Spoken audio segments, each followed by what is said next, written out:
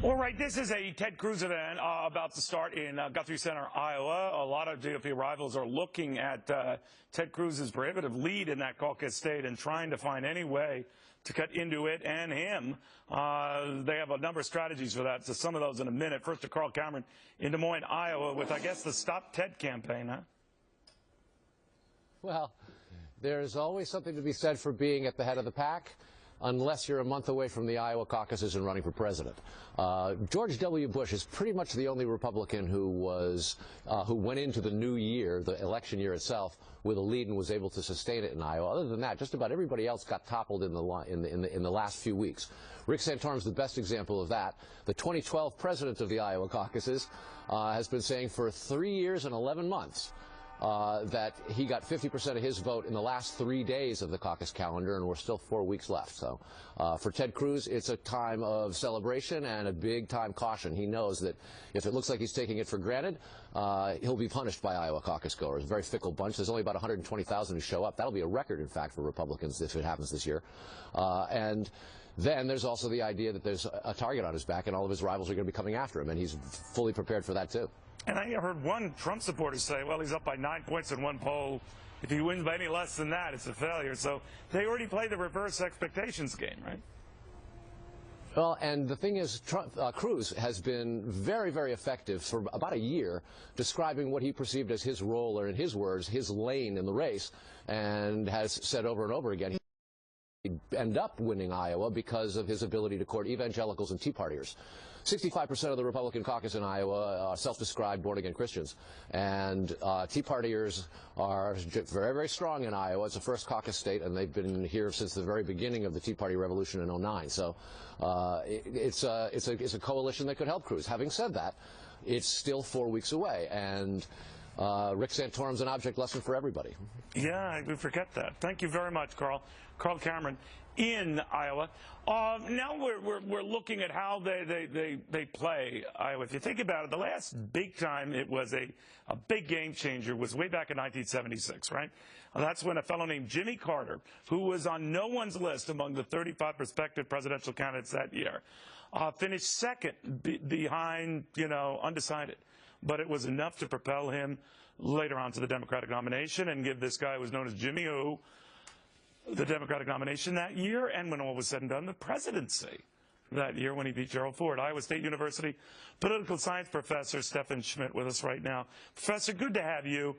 There's this effort now afoot to try to derail Ted Cruz. It doesn't take much, I guess, to do that in the way the caucus vote is handled. But I guess they're trying to reach out to non-caucus participants. What does that mean? What are they doing?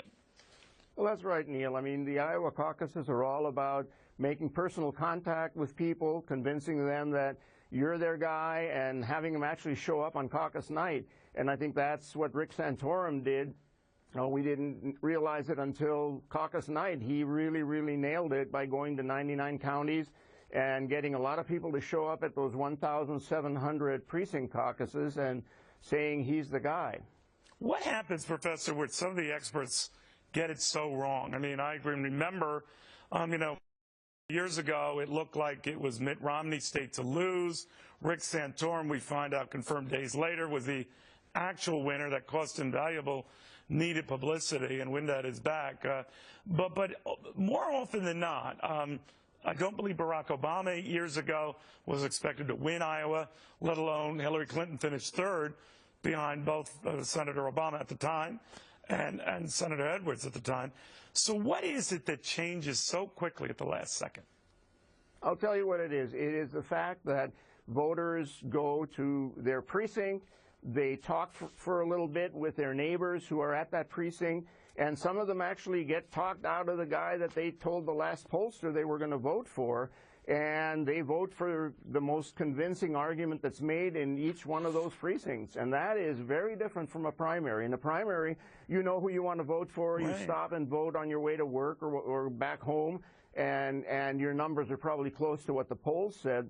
In the caucuses on that night, a lot of minds can be changed.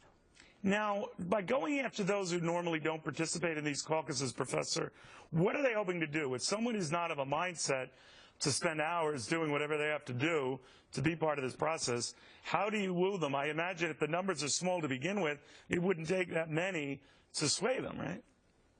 Well, that's right, Neil. And the thing that you do is you sell the fact that it is really important that this is the year that is going to make a huge difference, that America is in crisis, and that your guy is the one who can save it, and you should go. And Donald Trump, I think, to some extent at least, as an unknown, we don't know who his supporters are, but he certainly has gone after a lot of people who have not participated in caucuses before. And the big question is, are they going to show up? And if they do, he could do very well.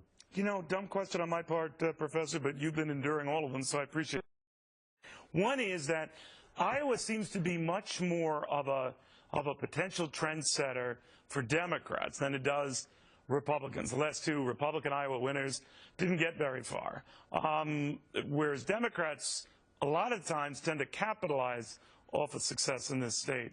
Is that a rule of thumb or just a fluke or what? I think the Democratic Party is not as divided as the Republicans. It's not as interesting. There are fewer factions, and so you get front runners, and the end results are between that small number, as you said the last time around, or with Hillary Clinton and Obama, at least it was, 3 people, and not 15 people. And it's a lot easier to essentially get it right when you've got a smaller number. I mean, the Republican Party is so blessed by the fact that they have such a rich field of candidates, and they've had that before, but it makes it a lot harder to consolidate and predict before because, you got so many.